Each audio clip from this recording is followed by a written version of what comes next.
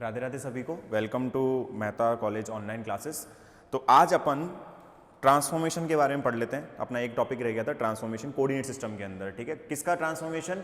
Cylinder से Cartesian में या फिर कार्टिशन से सिलेंड्रिकल के अंदर। एक वो ट्रांसफॉर्मेशन और बचा था, उसको कंप्लीट करते हैं, फिर अपनी आगे ईडी को कंटिन्यू करेंगे, ठीक है।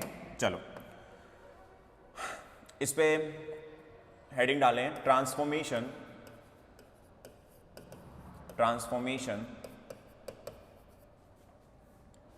ऑफ कार्टिशन टू सिलेंडर, ठीक है। कार्टिशन से किस में करना है अपने को? सिलेंडर के अंदर चेंज करना है इसको, ठीक है। तो इसमें है क्या, देखें एक बार। इसमें सिलेंडर तो दिया नहीं है शेप के अंदर, लाइन ही दे रखी है। चलो खुद ही बनाएंगे फिर, चलो कोई दिक्कत नहीं है।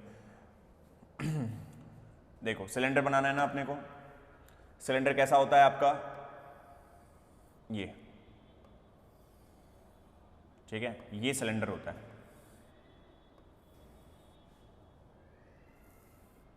ऐसा ही होता है सिलेंडर।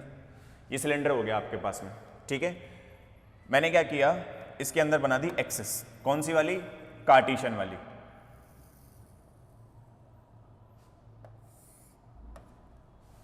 ये, ठीक है, जिसको मैंने इसको नाम दे दिया x, इसको नाम दे दिया y और इसको नाम दे दिया z, ठीक है। मैंने कोई एक पॉइंट लेट कर लिया यहाँ पे इसके कोने पे, इस कोने पे P पॉइंट। इस P पॉइंट की जो कोऑर्डिनेट्स हैं वो हैं x, y, z। और अगर सिलेंडर कोऑर्डिनेट्स की बात करूँ तो वो कितने हैं? रो, थीटा, फाई, ठीक है। वो कितने हो जाएंगे अपने पास में? रो, थीटा और फाई, ठीक है। तो अगर मैं 3D की बात करूँ तो 3D में कुछ ऐसा बनेगा। ये 3D के अंदर कुछ ऐसा आएगा, देखो ये, और यहीं पे सामने एक पॉइंट होगा इस तरीके से। ये प्लेन बनेगा इस तरीके से, ठीक है। ये प्लेन आएगा इस तरीके से, ये 3D, ठीक है। 3D के अंदर आ गया ये तो हो गया रो। मतलब रो यहाँ पे क्या कहलाता है आपका? रेडियस। ये क्या कहलाता है? रेडियस सिलेंडर का, ठीक है। ये एंगल देखो घूम रहा है 360, तो 360 घूमने के लिए अपने पास में कितना आ गया? ये थीटा। ये कितना आ गया? थीटा। और जो इसकी लेंथ है, भाई सिलेंडर की लेंथ होती है ना L, तो वो देखो वो Z एक्सिस के अंदर आ गया।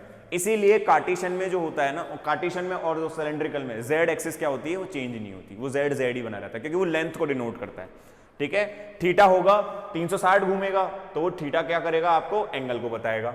और जो रो है, रो इसका क्या बताएगा? आपका रेडियस बताएगा, ठीक है। तो अब यहीं से ट्रांसफॉर्मेशन कर लेते हैं। ये आ गया आपका थीटा, मैं लिख भी देता हूं, ये थीटा है आपका, ये वाला। ये रो हो गया, ये थीटा हो गया, और z तो z ही बना हुआ है, उसमें तो कोई चेंज नहीं है, ठीक है। तो अब इसके कोऑर्डिनेट्स को लिख लेते हैं, कंपोनेंट तोड़ लेते हैं इसके कंपोनेंट तोड़ते हैं। देखो इसका कंपोनेंट ये कितना है अपने पास में? ये रो ही तो है, जितना ये रेडियस है उतना ही ये रहेगा, रो है ये, ठीक है। रो है तो इस रो को अगर मैं इधर तोड़ूं तो ये कितना आ जाएगा अपने पास में? रो कॉस थीटा। और यहां पे कितना आ जाएगा? रो साइन थीटा, ठीक है, रो साइन थीटा। इसका मतलब यहां पे अगर मैं वैल्यूज की बात करूं तो कितना होगा? x बराबर कितना होगा? रो कॉस थीटा। y बराबर कितना होगा? Rho sine theta. और z जो होगा वो कितना होगा यहाँ पे? z, ठीक है। ये तीनों कोऑर्डिनेट्स तो अपने क्या रहेंगे? सेम ही रहेंगे। ये पहला, ये दूसरा, और ये कौन सा हो गया? तीसरा इक्वेशन। तो ठीक है, ये ट्रांसफॉर्मेशन हो गया। देखो अगर अपने को रो और थीटा और z सब कुछ दे रखा है तो ये अपन किस में जा सकते हैं? x, y, z के अंदर जा सकते हैं, ठीक है। अगर रो थीटा वगैरह दे रखा है, बस अब वही वापस से करना है अपने को कि भाई अब ट्रांसफॉर्म कैसे करना है। पहला अपन बात करें किसकी? रो कंपोनेंट की। किसकी बात करें? रो कंपोनेंट की, या फिर रो कोऑर्डिनेट की बात कर लेते हैं। कोऑर्डिनेट लिख देते हैं, वो ज़्यादा अच्छा लगता है, कंपोनेंट नहीं, ठीक है। रो कोऑर्डिनेट की। तो रो कोऑर्डिनेट के लिए क्या करना है आपको? इन दोनों को क्या कर दो? स्क्वायर करके ऐड कर दो, पहली और दूसरी इक्वेशन को। Square 1 and 2 add them. क्या कर देना है? इसका ऐड कर दो। इसको ऐड कर देंगे अपन तो कितना हो जाएगा? ये x square plus Y square, ये बराबर कितना हो जाएगा अपने पास में?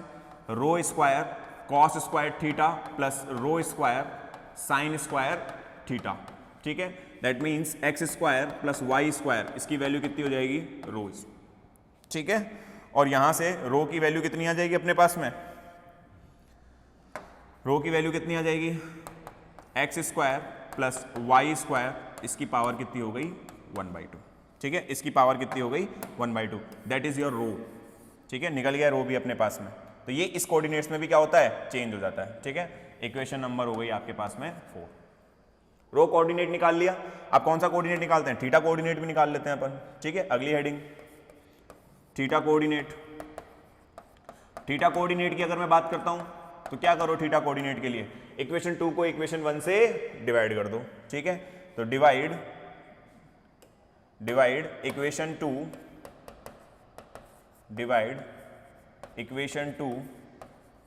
बाय इक्वेशन 1, ठीक है। इक्वेशन 2 को किससे डिवाइड कर दो, इक्वेशन 1 से, तो कितना हो जाएगा ये अपने पास में, देखो इक्वेशन 2 को इक्वेशन 1 से डिवाइड करते हैं तो कितना हो जाएगा y by x tan theta बन जाएगा, और थीटा की वैल्यू कितनी हो जाएगी, tan inverse y by x. ये लो, ये ट्रांसफॉर्मेशन हो गया, y और x पता होना चाहिए आपको, थीटा भी निकल जाएगा, ठीक है, थीटा भी निकल जाएगा कितना आ रहा है, ठीक है। तीसरा कंपोनेंट कौन सा था, z तो z ही रहेगा, उससे तो कोई फर्क नहीं है, अगर मैं उसको तो डायरेक्ट ही लिख देता हूँ, ठीक है। z में कोई फर्क नहीं आएगा, z कोऑर्डिनेट वो तो जितना है उतना ही रहेगा, क्योंकि वो लेंथ है आपके लिए, ठीक है। तो यहाँ पे तो सीधा सीधा यही आएगा कि भाई आपका जो z होगा वो कितना होगा, z जो होगा वो किसके बराबर ही रहेगा, z के बराबर ही रहेगा, इसमें कोई चेंज नहीं होगा, ये तो सेम का सेम ही रहेगा, ठीक है। इक्वेशन 5 और ये हो गई इक्वेशन नंबर 6, ठीक है। अब अगले अपने पास में आते हैं, अगर अपने पास में डायरेक्शंस दे रखी हो तो डायरेक्शंस को कैसे ट्रांसफॉर्म करना है, ठीक है। डायरेक्शंस को कैसे ट्रांसफॉर्म करेंगे, देखो डायरेक्शन का ट्रांसफॉर्मेशन करना है, डायरेक्शन ट्रांसफॉर्मेशन, ठीक है, डायरेक्शन ट्रांसफॉर्मेशन। तो डायरेक्शन का अगर मैं ट्रांसफॉर्मेशन करता हूं तो देखो ये कैसे लिखोगे इसको, डायरेक्शन का ट्रांसफॉर्मेशन सीधा सीधा याद रखो, ये रो cap theta cap Z cap, ठीक है।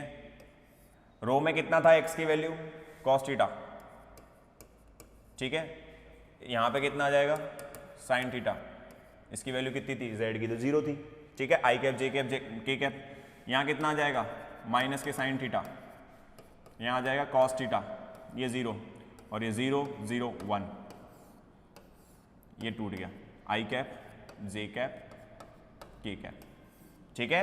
आई कैप जे कैप और के कैप, ये इसमें तोड़ दिया, इसको उल्टा चलना है उल्टा भी जा सकते हो, आई कैप जे कैप के कैप, इसको तोड़ना है वापस से वही कर दो, वो मैंने कल बताया था ना, ट्रांसफॉर्मेशन कर दो इसका, ये 0, ये साइन थीटा, ये कॉस थीटा, ये 0, ठीक है, और इसका करोगे तो ये तो वही बचेगा 0 0 1, ठीक है। यहाँ पे कितना आ जाएगा अपने पास में, ये रो कैप, ये थीटा कैप, और ये कितना आ जाएगा पाई कैप। बस इतनी ही चीजें ध्यान रखनी है, इतना सफिशिएंट है, इन्हीं से काम बन जाएंगे अपने ईडी के जितने भी प्रॉब्लम्स होंगी ना, जितनी भी प्रॉब्लम्स होंगी वो इसी से ही अपने पास में क्या हो जाएगा, बन जाएगा, ठीक है। तो ये कितना हो जाएगा, देखो ये कितना हो जाएगा अपने पास में, वो तो क्या जाएगा, मतलब हो गया एक कोड। देखो बेटा ये ना थोड़ा बाहर की साइड है, लेकिन ये पॉइंट यहीं तक है, थोड़ा ध्यान रखना, मैंने इसको थोड़ा बाहर तक बना दिया ताकि वो तुम्हें थोड़ा सा डिस्क्राइब हो जाए, कंपोनेंट टूट जाए, ठीक है, क्योंकि रेडियस तो यहीं तक रहेगा ये वाला, तो ये पॉइंट यहीं तक एंड है, ये आगे नहीं आएगा। या फिर एक काम करो, इसको मैं थोड़ा सा बड़ा कर देता हूँ, किसको, स्फेयर को, स्फेयर को बड़ा कर लो, देखो उससे कोई फर्क नहीं पड़ता, बस तुम्हारा समझने का नजरिया ये है, वो ये कंपोनेंट है अपने पास में, ठीक है, ध्यान रखना इसका। तो ये अपने पास में कोऑर्डिनेट्स हो गए ट्रांसफॉर्मेशन, ठीक है, लिख लो ये कोऑर्डिनेट ट्रांसफॉर्मेशन है।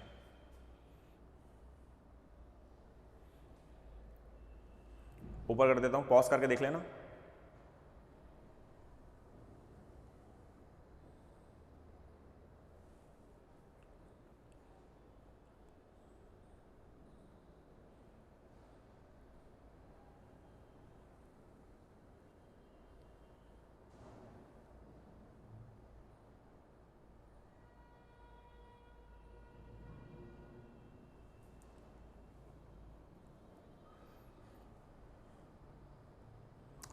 हो गया ये, ठीक है, यहां पे खत्म होता है ये, ठीक। अब अपन बात करते हैं अपनी ईडी की, ठीक है। तो ये कोऑर्डिनेट का सिस्टम था, 3 क्लासेस लग गई कोऑर्डिनेट समझाने में ही अपने को, ठीक है, कोई बात नहीं। आज अपन किसके बारे में पढ़ेंगे? अब जो ईडी स्टार्ट होगी किसके बारे में? सबसे पहले होता है इलेक्ट्रिक फील्ड, अपन डिस्कस कर चुके हैं। इलेक्ट्रिक फील्ड पे न्यूमेरिकल भी करा चुका हूं, और वो जो न्यूमेरिकल कराए थे वो बेटा प्रीवियस ईयर में बहुत बार रिपीट भी होते हैं, ठीक है, तो उसका भी थोड़ा सा अपने को क्या करना है, ध्यान रखना है, ठीक है। तो मैं इसीलिए करवा रहा हूँ न्यूमेरिकल्स भी, ठीक है, न्यूमेरिकल पे पकड़ रखनी है अपने को, क्वेश्चन कैसा भी आ जाए, ठीक है। अब अपन बात करते हैं इलेक्ट्रिक फील्ड से आगे कौन सी, इलेक्ट्रिक फ्लक्स। अगला टॉपिक कौन सा आता है आपका? इलेक्ट्रिक फ्लक्स, ठीक है। चलो बात करते हैं इसके बारे में। तो अपने पास में सब्जेक्ट तो वही चल रहा है, इलेक्ट्रो स्टैटिक्स, इसके बारे में ही डीलिंग हो रही है, ठीक है। इसको मत लिख लेना, ये तो अपने पढ़ा रहा हूं कि भाई ये यूनिट चल रही है अपनी, ठीक है। इसमें जो पहला टॉपिक, अब पहला तो क्या, इलेक्ट्रिक फील्ड तो अपन पढ़ चुके थे। अगला जो टॉपिक आता है वो आएगा कौन सा? Electric flux. अब बोले इलेक्ट्रिक फ्लक्स क्या होता है? देखो कोई भी चार्ज पार्टिकल होता है, मैं रफली थोड़ा सा समझाऊंगा। कोई भी चार्ज पार्टिकल होता है, उससे क्या होता है, इलेक्ट्रिक फील्ड लाइंस निकलती हैं, ठीक है। इलेक्ट्रिक क्या होंगी? फील्ड लाइंस निकलेंगी। जैसे फॉर एन एग्जांपल ये अपने पास में क्यू चार्ज है, और इस क्यू चार्ज से क्या होगा, इलेक्ट्रिक फील्ड लाइंस निकलेंगी, ठीक है। इलेक्ट्रिक फील्ड लाइंस निकलेंगी कुछ इस तरीके से,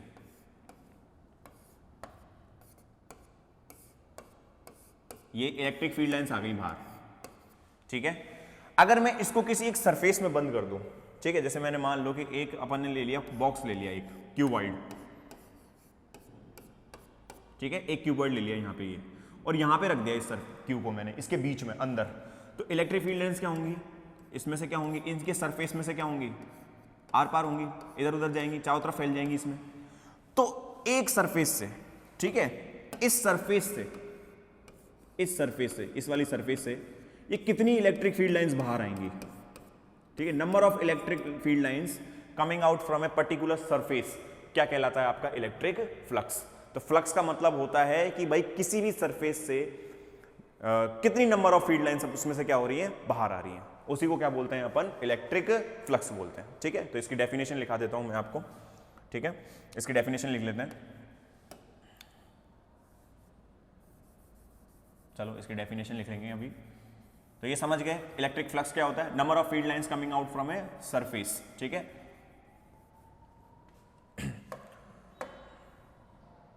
इसमें लिखेंगे it is defined as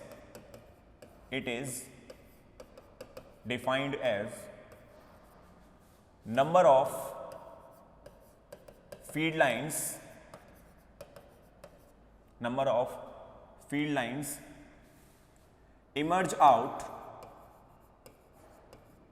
emerge out from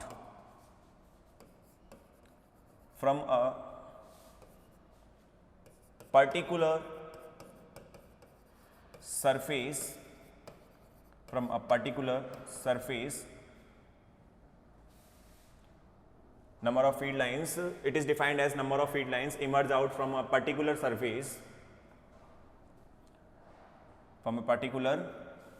surface, due to a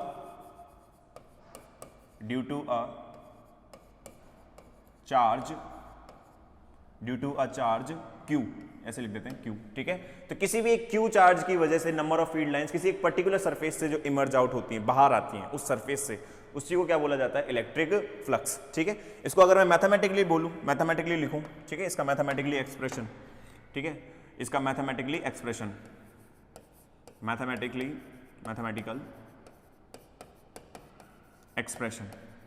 अगर मैं इसके बारे में बात करता हूं मैथमेटिकल एक्सप्रेशन, तो वो कैसे देंगे अपन? देखो कंसीडर करते हैं, consider a surface element ds which enclosed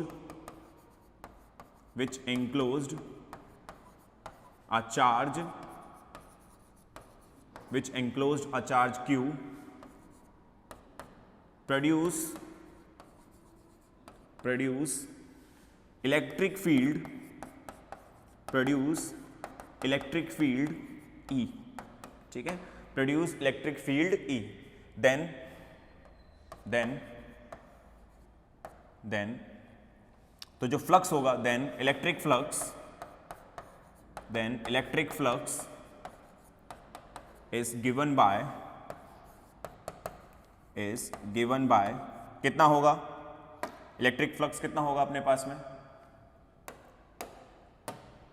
electric flux कितना हो जाएगा अपने पास में, फाई बराबर क्लोज इंटीग्रेशन, देखो सरफेस क्लोज होनी चाहिए, ठीक है, ऐसे नहीं है कि ये एक कोई सरफेस है अपने पास में, ये इस तरीके से ये और यहां से ओपन है, नहीं, पूरी की पूरी क्लोज होनी चाहिए, तभी अपने पास में क्या होगा, इलेक्ट्रिक फ्लक्स लाइंस के अपने को कैलकुलेट कर पाएंगे। क्लोज सरफेस तो क्लोज इंटीग्रेशन है, ठीक है, तो close integration of electric field lines from a particular surface element, ठीक है, ds।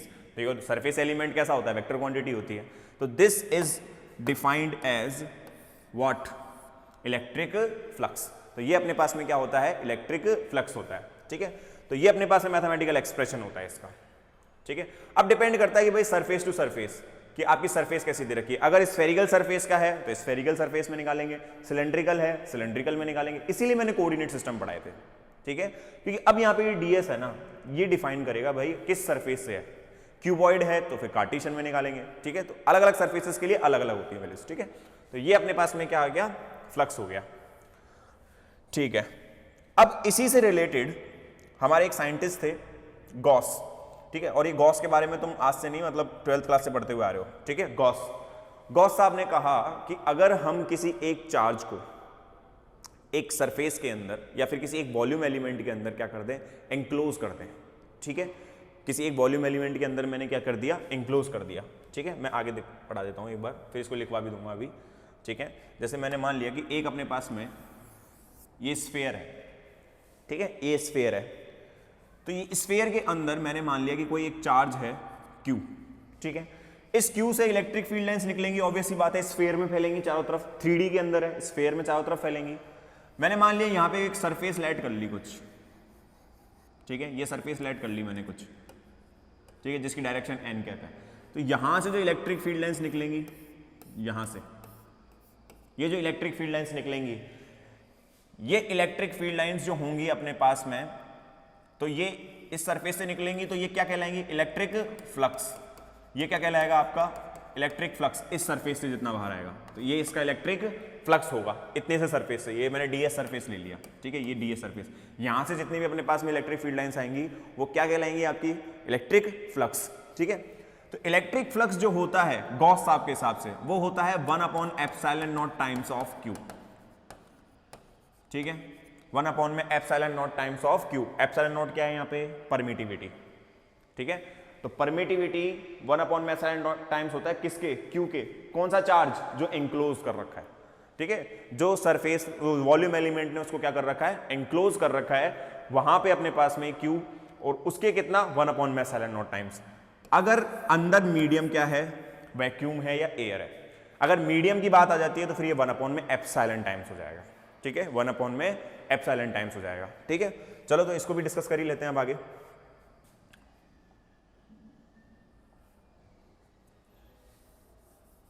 इसको भी डिस्कस कर लेते हैं।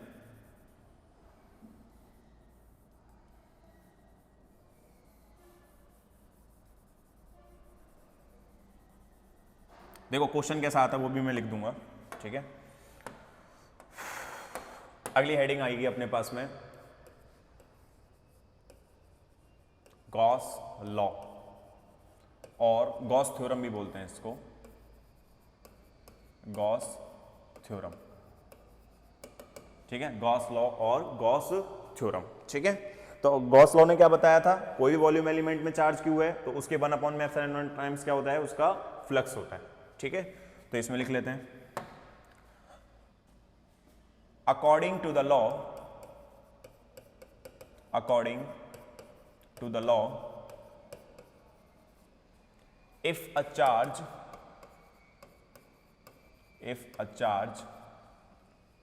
q is enclosed by a volume element ठीक है, बाय अ वॉल्यूम एलिमेंट और बाय अ स्पेस एलिमेंट, कुछ भी हो सकता है, volume element, then electric flux, then electric flux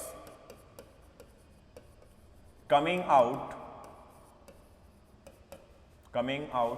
from a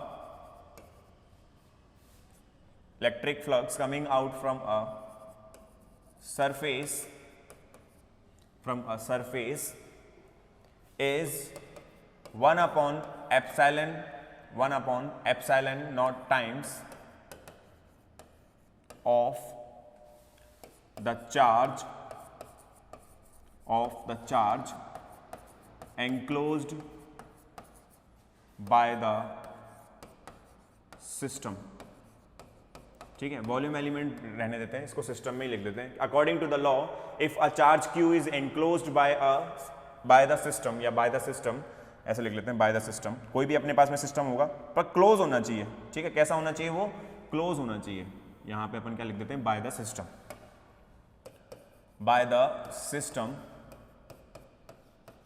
ठीक है, then electric flux coming out from a surface is 1 upon epsilon naught times the charge enclosed by the system। charge enclosed by the system, it is for free space और vacuum. ये किसके लिए होता है? Free space और vacuum. if for medium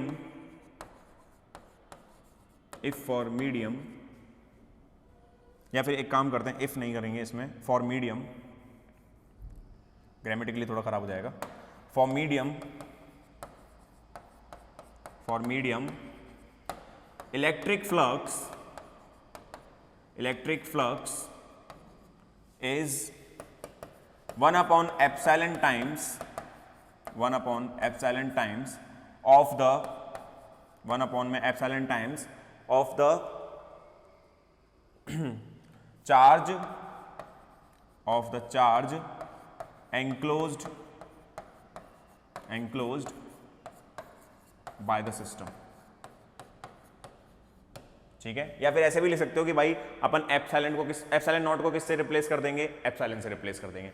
आप ऐसे भी लिख सकते हो कि भाई किससे रिप्लेस कर देंगे? एप्सिलॉन से रिप्लेस कर देंगे। तो ये होता है अपने पास में गॉस लॉ और गॉस थ्योरम। तो वो इसका है ना, पूछता है कि पहले इसको डिफाइन करो, फिर आगे पूछेगा स्टेट का मतलब तो ये हो गया, ये लिखना, ये स्टेट कहलाती है। ठीक है, कि आपने इसको डिफाइन कर दिया।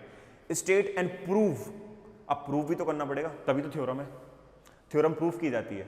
ठीक है, तो थ्योरम को प्रूफ भी तो करना पड़ेगा ना भाई। कितना आएगा? क्यू अपॉन में एप्सिलॉन नॉट टाइम्स आएगा ना। ठीक है, चलो प्रूफ करते हैं। प्रूफ करने के लिए अपन को क्या लेना है? कंसीडरेशन लेना पड़ेगा। ठीक है, कंसीडरेशन लिखना पड़ेगा इसके लिए।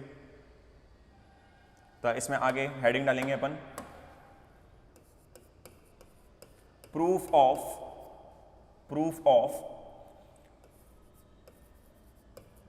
Gauss law. Proof of Gauss law. ठीक है, तो गॉस लॉ का क्या करना है? प्रूफ करना है अपने को। ठीक है, एक minute, proof of Gauss law. ठीक है, consider a surface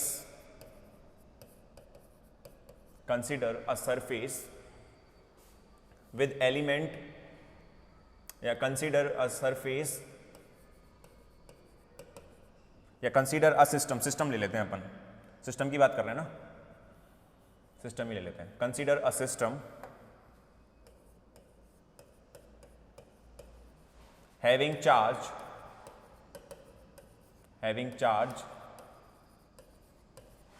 q on it,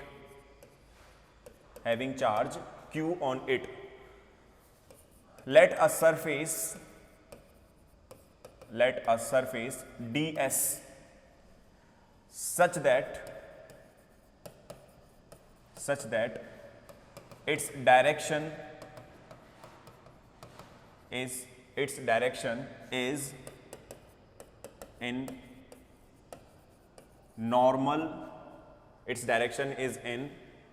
normal,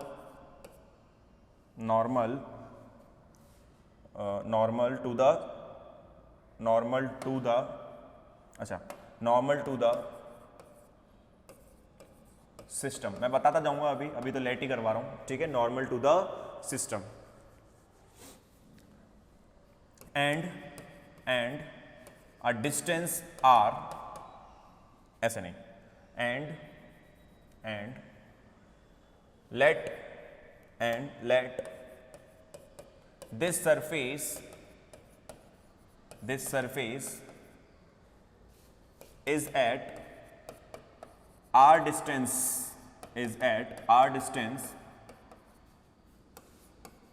from the charge q,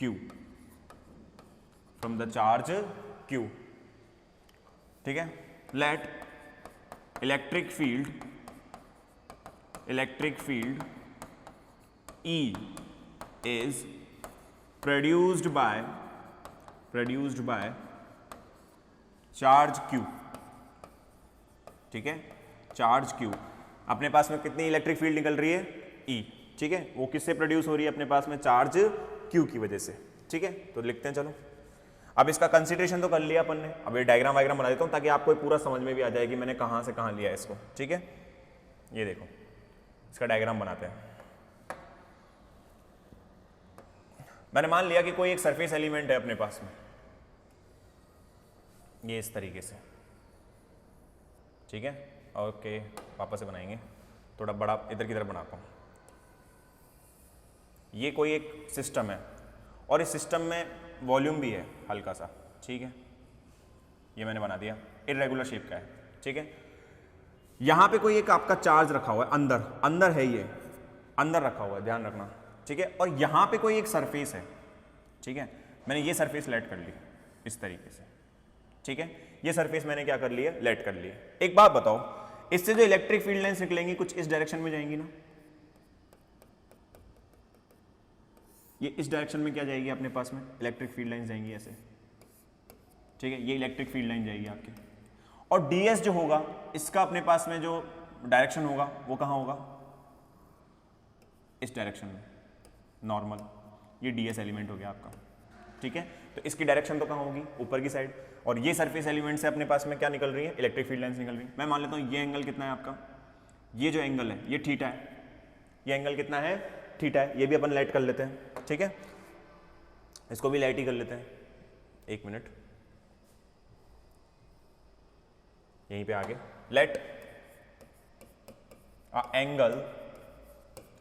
angle theta is between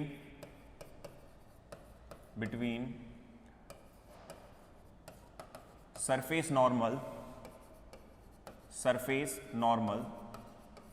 and electric field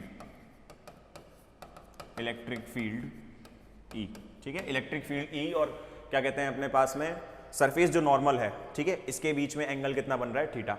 और ये जो डिस्टेंस है ना, ये डिस्टेंस अपन ने कितनी लेट कर रखी है, ये इलेक्ट्रिक फील्ड जा रही है आपके पास में, ठीक है। ये जो डिस्टेंस है ये कितनी है अपने पास में, R है, ठीक है, ये कितनी है, R है। नाउ अपने को क्या पता लगाना है कि भाई इलेक्ट्रिक फ्लक्स कितना होगा, ठीक है।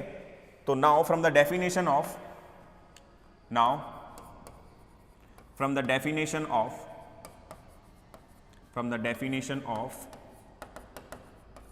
इलेक्ट्रिक फ्लक्स,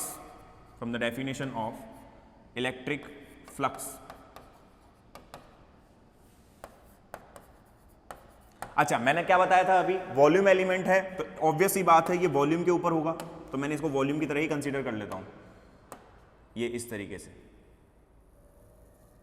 ठीक है, ये इस तरीके से, ये इसी के साथ जुड़ा हुआ है, ठीक है। इसमें से एक वॉल्यूम की तरह निकल रहा है, ठीक है, उसका एक सरफेस आ गई बाहर अपने पास में, ये यहाँ से जुड़ा हुआ है, ठीक है, ये, ठीक है। और ये जो बीच की डिस्टेंस है ना अपने पास में, जो इलेक्ट्रिक फील्ड लाइन यहाँ आगे आ रही है, ये अपने पास में कितना दे रखा है, R दे रखा है, ठीक है। ये कितना दे रखा है अपने पास में, R, इसको मैं हटा देता हूँ एक बार, ये, और ये डिस्टेंस कितना है अपने पास में, R, ये R डिस्टेंस है यहाँ से यहाँ तक का, ठीक है, ये पूरा डिस्टेंस R है अपने पास में, ले लिख देता हूँ मैं ये भी, चलो ठीक है, वो ठीक है, समझ जाओगे। व्हाइट लाइन आ गई ना, तो व्हाइट लाइन का मतलब है यहाँ से लेके यहाँ तक का डिस्टेंस कितना दे रखा है अपने को, R दे रखा है ये अपने को डिस्टेंस, ठीक है। तो from the definition of electric flux तो फ्लक्स कितना होता है अपने पास में 5, फ्लक्स कितना होता है अपने पास में 5, close integration of E dot d S, close integration of E dot d S, यही होता है अपने पास में। ठीक है, अब अपन को पहले इसकी वैल्यू निकालते हैं, ई डॉट डी एस कितना होगा। This is your equation number 1।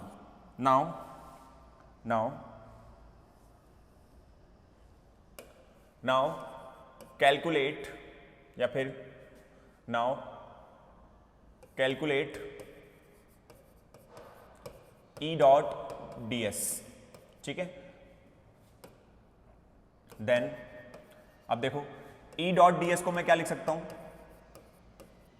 E dot d S को क्या लिख सकते हैं अपन, E dot N cap D S. D S vector है ना, तो डी एस वैक्टर को उसका मैग्नीट्यूड, और मैग्नीट्यूड के साथ में उसकी क्या आ गई, डायरेक्शन। ठीक है, ये मैग्नीट्यूड हो गया, ये इसकी डायरेक्शन हो गई, ये मैंने तोड़ दिया डीएस को। ठीक है, आगे चलते हैं। अगर मैं इसका डॉट प्रोडक्ट ओपन करूं, ये डॉट प्रोडक्ट है बेटा, ई डॉट डी एस। ठीक है, ये डॉट प्रोडक्ट है, डॉट प्रोडक्ट ओपन करूंगा तो इसमें कितना आ जाएगा, ये ई का मैग्नीट्यूड हो जाएगा ये तो। ठीक है, एन का मैग्नीट्यूड ऑलवेज, ये तो डीएस तो अपने पास में मैग्नीट्यूड है ही है। ठीक है, और एन का मैग्नीट्यूड कितना हो जाएगा 1, एन का मैग्नीट्यूड कितना होगा 1। ठीक है, ये पूरा है ये वाली चीज। ठीक है, E dot n dot d s, तो इसका तो मैग्नीट्यूड कितना हो जाएगा 1, और डीएस का मैग्नीट्यूड रहेगा, और इनके बीच में एंगल कितना आ जाएगा, ये cos theta.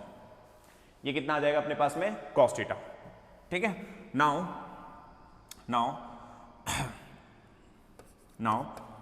From the concept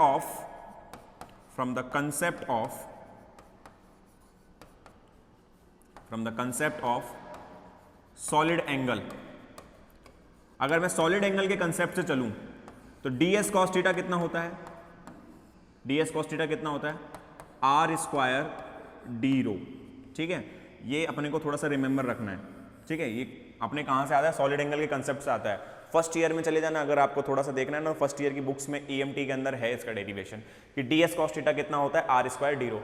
जहां पे ये जो एंगल होता है ना बेटा, ये सॉलिड एंगल है आपका, ये सॉलिड एंगल कहलाता है। ठीक है, 3D के अंदर होता है ये एंगल, ये सॉलिड एंगल होगा, तो इसका कितना आ जाएगा, ds cos theta r square D rho. इसमें पुट कर देते हैं, तो E डॉट ds। ठीक है, ये इक्वेशन नंबर 2, ये इक्वेशन नंबर 3। ठीक है, तो इसमें पुट करते हैं इक्वेशन नंबर 3, ये कितना हो जाएगा, नाउ पुट 3 इन इक्वेशन 2, तो E डॉट डी एस, इसकी वैल्यू कितनी हो जाएगी अपने पास में, यहां पे पुट करोगे ना इस वैल्यू को, तो ds cos थीटा की जगह क्या रख दोगे, r स्क्वायर डी रो। ठीक है, ये E का मैग्नीट्यूड तो ऐसे ही लिखा जाएगा, E लिख दो, चाहे E वेक्टर लगा के मैग्नीट्यूड लिख दो, एक ही बात है। यहां कितना आ जाएगा, r स्क्वायर डी रो। ठीक है, ये वैल्यू हो गई अपने पास में, इंटीग्रेट कर दो both sides, taking close integration both sides. क्या कर लिया अपन ने, क्लोज इंटीग्रेशन कर दिया बोथ साइड्स पे। तो अगर बोथ साइड्स पे अगर अपन क्लोज इंटीग्रेशन करेंगे तो कितना हो जाएगा, ये देखो E डॉट डी एस। ठीक है, यहां पे क्लोज इंटीग्रेशन करूंगा, E r स्क्वायर, अच्छा ये वेक्टर क्वांटिटी नहीं है, ये मैग्नीट्यूड है। ठीक है, ये मैग्नीट्यूड है, E r स्क्वायर डी रो। ठीक है, तो देखो यहां पे r स्क्वायर फिक्स है, ये r फिक्स है आपका, ये फिक्स पोजीशन पे है सरफेस एलिमेंट। ठीक है, और E भी फिक्स है क्योंकि मैग्नीट्यूड अपने पास में Q का चेंज नहीं हो रहा, तो E भी फिक्स है और r स्क्वायर भी फिक्स है, तो ये तो कांस्टेंट क्वांटिटीज है, ये तो बाहर आ जाएंगी अपने पास में। तो ये कितना हो जाएगा, close integration of E dot d S, ये कितना आ जाएगा अपने पास में, E r स्क्वायर तो बाहर आ गया, अंदर कितना बचेगा, ये डी ओमेगा। अब डी ओमेगा का क्लोज इंटीग्रेशन करते हैं तो कितना आता है पता है आपको, 4 पाई होता है, ये सॉलिड एंगल का कंसेप्ट है ये। तो ये कितना हो जाएगा, E डॉट डी एस, इसकी वैल्यू कितनी हो जाएगी, E r स्क्वायर, और इसकी वैल्यू कितनी आ जाएगी, ये 4 पाई। क्यों, क्योंकि अपने पास में क्लोज इंटीग्रेशन ऑफ डी रो कितना होता है, 4 पाई होता है, सॉलिड एंगल के कंसेप्ट से आता है। ठीक है, ये 4 पाई हो गया, ये कितना हो जाएगा, E डॉट डी एस, इसकी वैल्यू कितनी हो जाएगी अपने पास में, के क्यू अपॉन में r square dot r square 4 पाई। ठीक है, के क्यू अपॉन में r स्क्वायर कितना हो जाएगा ये, सही है, आर स्क्वायर, और ये आर स्क्वायर से आर स्क्वायर कैंसिल हो गया। ठीक है, आगे चलते हैं, आगे चलते हैं। ये कितना हो जाएगा, ई डॉट डी एस, कितनी वैल्यू हो जाएगी, के को भी मैं ओपन कर देता हूँ, 1/4 pi epsilon not Q dot 4 पाई से 4 पाई कैंसिल हो जाएगा, कितना आ जाएगा ये, ई डॉट डी एस, ये कितना आ जाएगा, क्यू अपॉन में epsilon not. This is your Gauss law, this is your Gauss law. यही तो मैंने बोला था, इलेक्ट्रिक फ्लक्स, ये इलेक्ट्रिक फ्लक्स ही तो है, फाई ही तो है, ये क्या है अपने पास में, फाई ही तो है बेटा। ये आपका अपने पास में क्या आ गया, गॉस लॉ आ गया, ये गॉस लॉ हो गया। ठीक है, तो ये क्या है अपने पास में, फाई ही है अपने पास में, ये रहा। तो कितना होता है, क्यू अपॉन में एप्सिलॉन नॉट टाइम्स, ये इसका प्रूफ होता है। ठीक है, ये इसका क्या होता है, प्रूफ होता है। ठीक है, तो मैं अब आपको आगे से लिखाने के लिए मैं छोड़ता हूं, आपको ये लिखना है, नोट डाउन करना है, थोड़ा छोटा कर देते हैं, ये लो।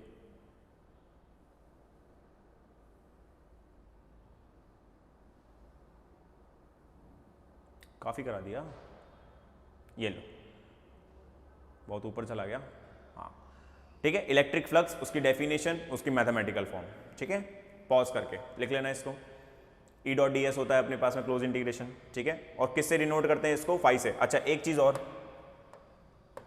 एक चीज और, चलो मैं अगली क्लास में बताऊंगा, फिर अब अगली क्लास में बताएंगे अपन। ठीक है, वो नोट में लिखवाऊंगा, मैं अलग से लिखवाऊंगा इसको, एक बार इसको पूरा कंप्लीट होने दो गॉस लॉ को। गॉस लॉ एक बार अपना कंप्लीट हो जाएगा ना, फिर नोट में इसके कुछ पॉइंट्स लिखवाने थे मुझे, वो लिखवा दूंगा मैं। ठीक है, ये हो जाएगा गॉस लॉ, और ये हो गई अपने पास में गॉस थ्योरम।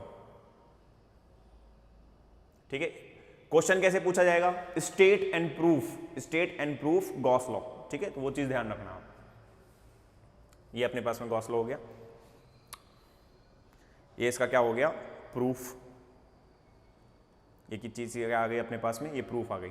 ठीक है, इसको प्रूफ कैसे करना है, इसको प्रूफ कैसे करना है, वो चीज अपने पास में यहां आ गई। ठीक है, आगे चलें, एक मिनट, ये अपने पास में क्या आ गया, कंसीडरेशन आ गया। ठीक है, कंसीडर भी तो करना पड़ेगा ना, सरफेस एलिमेंट वगैरह वगैरह सारा सब कुछ, तो ये कंसीडरेशन है उसका। मैं और छोटा इधर कर देता हूँ, ये लो, अब पॉज कर लेना। ठीक है, आगे चलें,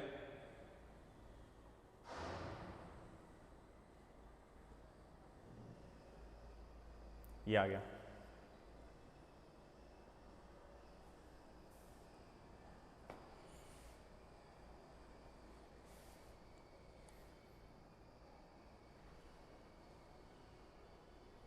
ठीक है, ये प्रूफ हो गया अपने पास में।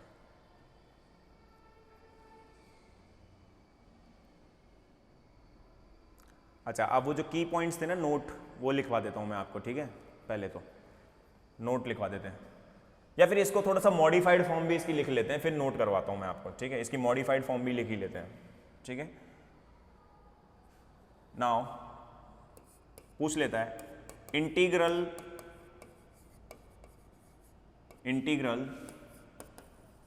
Form of Gauss law, integral form of Gauss law. अगर ये पूछ लेता है तो इसको कैसे करना है अपने को, देखो, वी नो दैट जो फ्लक्स होता है अपने पास में ई डॉट डी एस। ठीक है, ई डॉट डी एस ये कितना होता है अपने पास में, क्यू अपॉन में एप्सिलॉन नॉट टाइम्स। कितना होता है, क्यू अपॉन में एप्सिलॉन नॉट टाइम्स होता है। ठीक है, आगे चलें,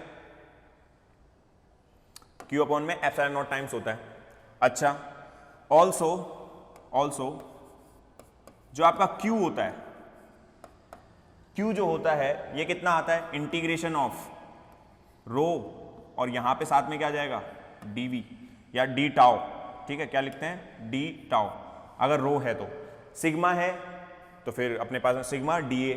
ठीक है, लीनियर चार्ज की बात करेगा तो लैम्डा dl, ये भी अपन जानते हैं। तो इसको अगर मैं यहां रखूं, इसमें इधर, तो कितना हो जाएगा, कितना हो जाएगा, ये इक्वेशन हो गई अपने पास में 1, ये इक्वेशन नंबर आ गई अपने पास में 2। ठीक है, तो फ्रॉम 1 एंड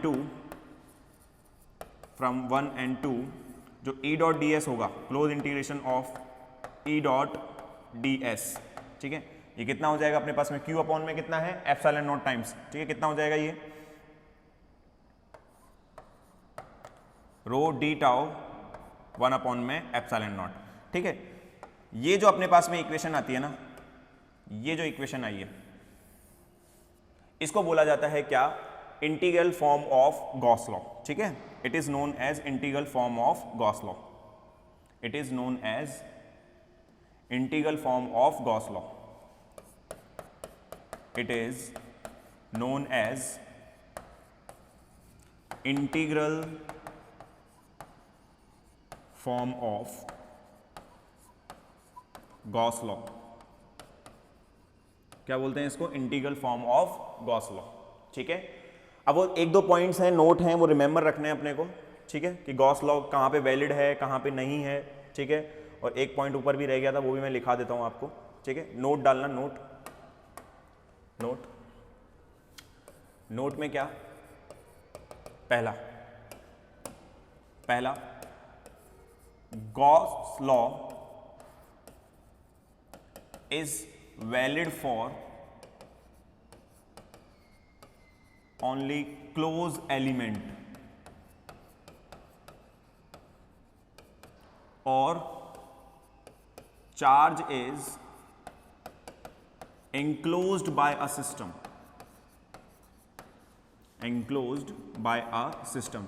चार्ज आपका एनक्लोज होना चाहिए, बंद होना चाहिए किसी भी सिस्टम के अंदर, तभी आपका गॉस लॉ क्या होगा, वैलिड होगा, वरना गॉस लॉ वैलिड नहीं होगा। दूसरा point, Gauss law is only applicable for monopole, ठीक है। मोनोपोल का मतलब है that means only for single charge. किसके लिए वैलिड होगा, हमेशा सिंगल चार्ज के लिए वैलिड होगा। डबल चार्ज रख दिया आपने क्लोज, किसी भी क्लोज सिस्टम के अंदर एनक्लोज कर लेता है अगर कोई दो चार्जेस को, तो फिर ये वैलिड नहीं है, ये सिर्फ मोनोपोल के लिए ही एग्जिस्ट करता है, ठीक है। क्योंकि देखो वहां पे सिर्फ क्यू आ रहा है और कुछ तो आ नहीं रहा, ठीक है। तो वो एनक्लोज जितना भी चार्ज एनक्लोज करेगा ना, सिर्फ उसी के लिए है मोनोपोल में, ठीक है। तीसरा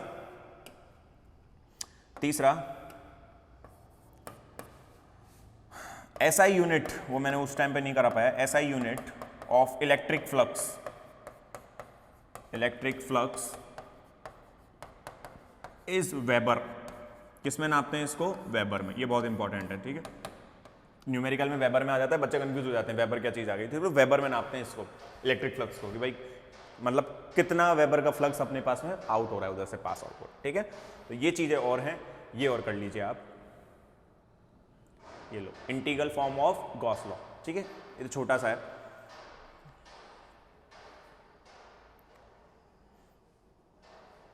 integral form of Gauss law हो गया ये, ठीक है। इसके बाद में ये कुछ नोट हैं, ये बहुत इंपॉर्टेंट पॉइंट्स हैं, इनको रिमेंबर रखना, क्योंकि फिर आगे जब अपन गॉस लॉ के एप्लीकेशंस पढ़ेंगे तो वहां काम आएंगे, ठीक है। तो ये अपने पास में हो गया। अब नेक्स्ट क्लास के अंदर अपन डिस्कस करेंगे किसके बारे में, differential form of Gauss law. ये तो इंटीग्रल पढ़ी है अपन ने, एक वो सिंपल फॉर्म थी, ये इंटीग्रल फॉर्म है। अभी पढ़ेंगे differential form of Gauss law, कि भाई differential form of Gauss law क्या कहलाती है। दूसरा, गॉस लॉ के कितने एप्लीकेशंस होते हैं, ठीक है। और तीसरा, उनके न्यूमेरिकल्स, ठीक है। तो नेक्स्ट क्लास के अंदर अपन उसी के बारे में डिस्कस करेंगे, ठीक है। आज अपने पास में इतना हो गया, इलेक्ट्रिक फ्लक्स पढ़ लिया, गॉस लॉ पढ़ लिया, उसकी इंटीग्रल फॉर्म पढ़ ली। नेक्स्ट क्लास के अंदर कौन सी आएगी, डिफरेंशियल फॉर्म आ जाएगी, उसके एप्लीकेशंस आ जाएंगे और न्यूमेरिकल्स आ जाएंगे, ठीक है। तो नेक्स्ट क्लास में मिलते हैं, राधे राधे।